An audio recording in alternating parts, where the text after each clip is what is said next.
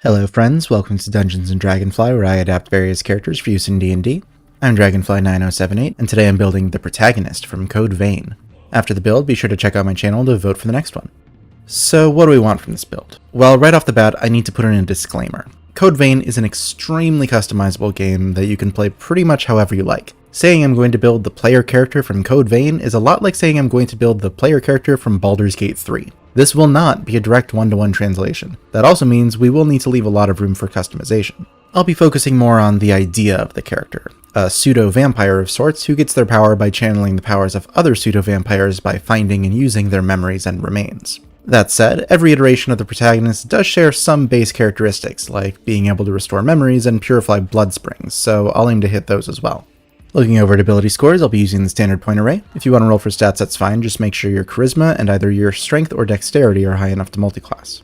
Starting off with a 15 in strength, we can use any weapon and wear any armor, so we'll need the muscle. Dexterity is only 12 at the moment, but we will up it later since any weapon does include ranged weapons. Then Constitution is 13, since we're tough, even for a Revenant. We'll dump Intelligence. We start the game with Amnesia, so we probably aren't passing many history checks. Then Wisdom can be 10. Nothing against Wisdom, we just need other things more. Like Charisma, which will make 14. There are two ways I could think of to flavor the whole Vestige thing. One needs high Charisma, and one requires high Intelligence. The memory loss aspect pushed me towards low Intelligence, so Charisma gets the bump. Then it gets another one, as Vampires get +2 Charisma and +1 Wisdom. Technically, we're a Revenant, a sort of pseudo-vampire created with science or whatever, but it's close enough. We have 60 feet of dark vision, resistance to necrotic damage, and we can bite a creature that's willing or can't move. On a hit, we deal 1 piercing damage and 1d6 necrotic. Then we heal for the same amount as the necrotic damage dealt, and their max HP is decreased by that amount until they take a long rest. Then we get a surge of vitality, as our speed increases by 10 feet, and we get advantage on any checks or saves we make with strength or dexterity for the next minute.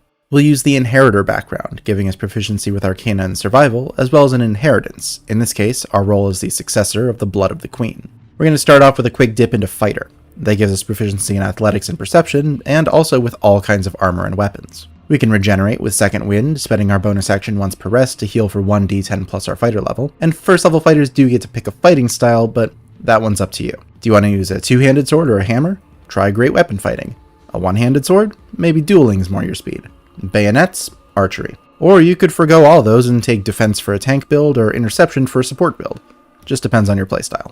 That's enough of Fighter though, so for the rest we'll head over to Bard. Switching into Bard gives us a free skill, like Stealth, as well as Bardic Inspiration. We get a pool of d6s equal to our Charisma modifier and can hand them out to our allies with our bonus action. Then they can roll the dice sometime in the next 10 minutes to add to an attack, ability check, or save that they make.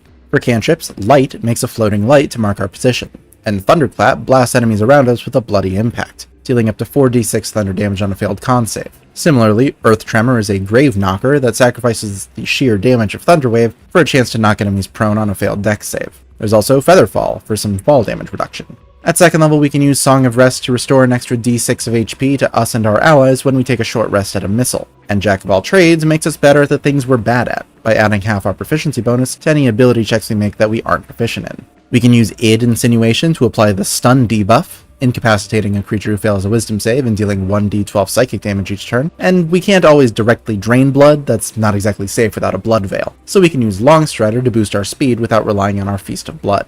At third level, we'll pick up expertise in Athletics and Perception, then join the College of Spirits. Guiding Whispers gives us the Guidance cantrip for free, and boosts its range from touch to a whole 60 feet, and we can use a Spiritual Focus to cast our spells. The real reason we're here is for Spirit Tales. The College of Spirits is all about channeling spirits to produce various effects, which is about the closest thing to absorbing blood codes and gifts from Vestiges as we can get. We can use our bonus action to roll one of our Bardic Inspiration dice to select a Spirit Tale. Then we can use our action to tell the tale, bestowing its effect on a target within 30 feet, which can of course be ourself. The Tale of the Clever Animal boosts the target's intelligence, wisdom, and charisma checks. For 10 minutes, they can add a die of the same type as our Bardic Inspiration die to all checks they make using a mental stat. We can use the Tale of the Renowned Duelist to make a melee spell attack against the target, dealing force damage equal to 2 of our Inspiration dice plus our Charisma modifier. The Tale of the Beloved Friends gives the target and a creature of their choice within 5 feet of them temporary HP equal to 1 of our Inspiration dice plus our Charisma. And the Tale of the Runaway lets the target immediately use their reaction to teleport up to 30 feet. When they do, they can choose a number of creatures within 30 feet of them up to our Charisma modifier to also use the same reaction. The Tale of the Avenger lets the target retaliate to attacks, dealing one of our inspiration dice as force damage to any creature that hits the target in melee for a minute. And finally, the Tale of the Traveler gives the target temporary HP equal to one of our inspiration dice plus our charisma, and also boosts the target's movement speed by 10 feet and their AC by 1 while those temp HP last. Now, bards don't get a whole lot in the way of elemental damage, and there's a fair number of gifts that have that, so we'll grab the Artificer Initiate feat for a cantrip and first level spell from the Artificer list. Take the elemental cantrip of your choice, Firebolt, Ray of Frost, Lightning Lure, whatever you prefer, then Arcane Weapon infuses our weapon with the element of our choice. So it deals an additional 1d6 damage of our choice of Acid, Cold, Lightning, Fire, Poison, or Thunder on a hit. We'll take Blade Ward to reduce damage with our Iron Will, Enhance Ability to give us or an ally advantage on checks using the ability score of our choice, and Aid to increase our maximum HP. At 5th level, our Bardic Inspiration dice refresh on any rest, and they become D8, so we learn 2 more Spirit Tales. The Tale of the Beguiler is similar to Aid Insinuation, forcing a Wisdom save on the target, incapacitating them and dealing 2 of our Inspiration dice and Psychic damage on a fail. And the Tale of the Phantom makes the target invisible until the end of their next turn, or until they hit a creature with an attack, whichever comes first. If they hit someone while invisible, that creature takes extra necrotic damage equal to an Inspiration die, and they're frightened of the target for a turn. 6th level bards can increase their allies' debuff resistance with Counter Charm, giving them and allies within 30 feet advantage on saves against Fear and Charming. And we get some more regeneration with Cure Wounds. Our spiritual focus also improves at this level, as we can add a d6 to one roll of any bard spell we cast that deals damage or restores HP. The big thing at this level is Spirit Session. Once per day, we can conduct an hour-long ritual with a number of people up to our proficiency bonus, including ourselves. At the end of the ritual, we temporarily learn one spell until we next take a long rest. The spell can be from any class, but it does have to be either a divination or necromancy spell, and it can't be of a higher level than the total number of people who took part in the ritual.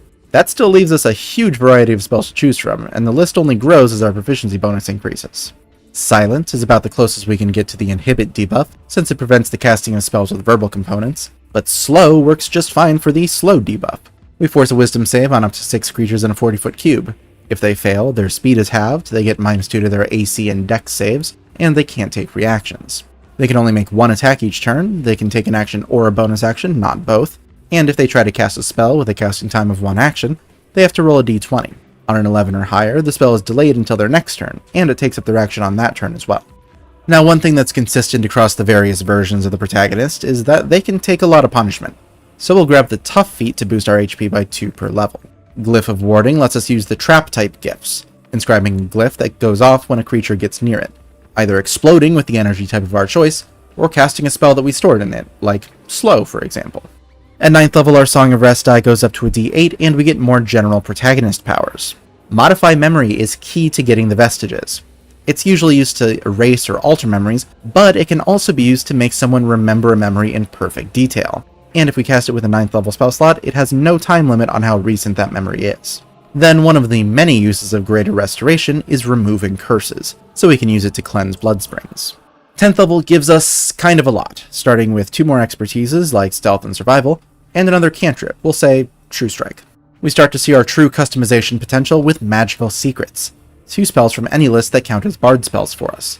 I'm not going to go through every spell that could work for one of the gifts, or we'd be here all day, but I will recommend taking one to serve as our Blood Veil, like Vampiric Touch for the Ogre, Enervation for the Stinger, or Wither and Bloom as the Ivy. Our Bardic Inspiration dice turn into d10s, so we get 2 more Spirit Tales here as well. The Tale of the Brute lets the target choose any number of creatures within 30 feet of it. Those creatures make a strength save, taking 3 Inspiration dice of Thunder damage and being knocked prone on a fail, half damage and no knockdown on a success. And the Tale of the Dragon lets the target blow a 30-foot cone of fire, dealing 4 Inspiration dice of fire damage on a failed Dex save, half on a success. We can pick up Dispel Magic to inhibit effects that are already active, then round off our Strength and Constitution to 16 and 14 respectively with our next ASI. Our Song of Rest die goes up to a d10 at 13th level, then we can get 2 more Magical Secrets at 14th. Our skill with our Blood Code improves too, as Mystical Connection gives us greater choice over our Spirit Tales. Whenever we roll to pick a tale, we roll twice and choose the one we want. And if both dice come up the same, we can just select any tale from the list, including the 2 that we get when our Bardic Inspiration die goes up to a d12. The Tale of the Angel heals the target for 2 of our Inspiration dice plus our Charisma modifier, and ends 1 effect of blindness, deafness, paralysis, poison, or petrification on them. And the Tale of the Mindbender forces an Intelligence save on the target, dealing 3 Inspiration dice of psychic damage and stunning them for a turn on a fail. We do need to get our dexterity up if we want to wear light armor or use a bayonet, so we'll boost that with our next ASI, then pick up Regenerate to heal a target for 4d8 plus 15 HP on the spot, and another 1 HP every round for the next hour. Our Song of Rest caps off at a D12 at 17th level, we get 2 more magical secrets at 18th, then our capstone is the 19th level of Bard as our dexterity hits 16 to match our strength and charisma. Now that the build is complete, let's take a look and see what we have done. This one was weird and challenging, and I'm not really sure how to talk about pros and cons when a lot of it is going to vary wildly based on what armor you choose, what weapons you use, and what spells you take. We do have a lot of staying power, with over 150 HP on average and a fair bit of healing, and our versatility is great as well. Even setting aside the 5 to 6 spells from any list that I left for you to fill in, Spirit Session is an incredible tool that gives us access to most of the divination and necromancy spells in the game. I suppose one of the more limited features, or limiting features, is our Spirit Tails.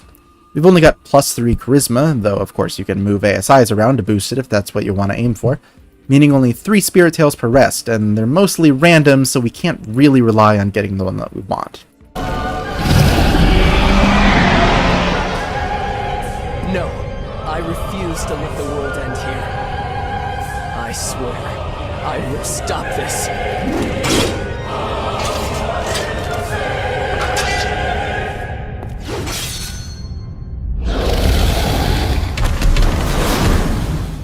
Thank you for watching, friends. I hope you enjoyed the build. Next build is Geralt of Rivia, thanks to how long it took me to get this one out, but you can vote for the next one after him.